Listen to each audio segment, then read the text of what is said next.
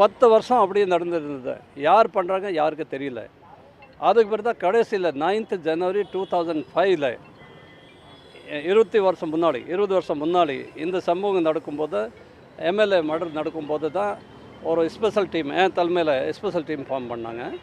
அந்த நாங்கள் டீமை வச்சுட்டு நாங்கள் போயிட்டு நார்த் இந்தியாவில் போயிட்டு கேஸ் கண்டுபிடிச்சிட்டு அந்த குற்றவாளிகள் தான் செக்யூர் பண்ணிட்டு வந்தோம். மொத்தம் நாங்கள் 15 குற்றவாளிகள் செக்யூர் பண்ணோம். 13 அரெஸ்ட் பண்ணியிருக்கோம். 2 பேருக்கு என்கவுண்டர் பண்ணோம்.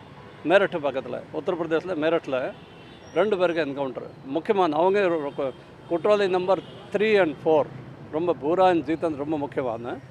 A1 ஓமா பவரியா, A2 ஜெகதீஷ், A3 ஜீத்தேந்திர பூரா 3 and 4க்கு என்கவுண்டர் ஆகிடுச்சு. A1 and 2 A1 இறந்துட்டார் ஜெயிலில் இருக்கும்போது. இப்போ இந்த 24 கேஸில் ஃபஸ்ட்டு 3 கேஸில் நாங்கள் கன்விக்ஷன் வாங்கிட்டோம். அந்த கன்விக்ஷனில் 2 பேருக்கு தூக்கு தண்டனை கிடச்சிது.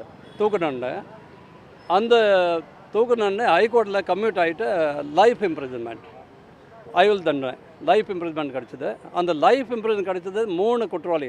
ஒரு ஆள் ஓமா இறந்துட்டார் ஜெயிலில். அப்போ இந்த 3 பேர் இன்றைக்கி அந்த கன்விக்ஷன் ஆகிருக்குது. அந்த கன்விக்ஷன் கொடுத்துட்டாங்க. அந்த கன்விக்ஷனுக்கு இன்னும் எவ்வளோ பீரியட் அந்த கன்விக்ஷன் அப்புறம் அனௌன்ஸ் பண்ணாங்க. இந்த டேட் மண்டே அனௌன்ஸ் பண்ணுறாங்கன்னு சொன்னாங்க. பட் கன்விக்ஷன் தண்டனை கொடுத்துட்டாங்க. So it will be they are found guilty.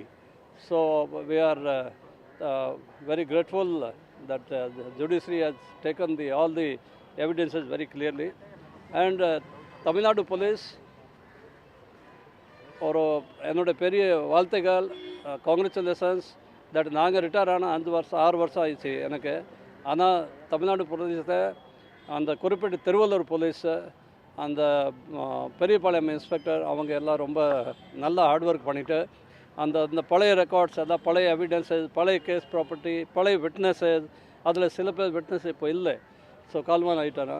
So அந்த மாதிரி எல்லோரும் ப்ரொடியூஸ் பண்ணிவிட்டு இந்த மாதிரி ஒரு கோர்ட்டுக்கு கன்வின்ஸ் பண்ணிவிட்டு ஒரு கன்விக்ஷன் வாங்கணும் கேஸில். அது ஒரு பெரிய பாராட்டக்கூடிய விஷயம்.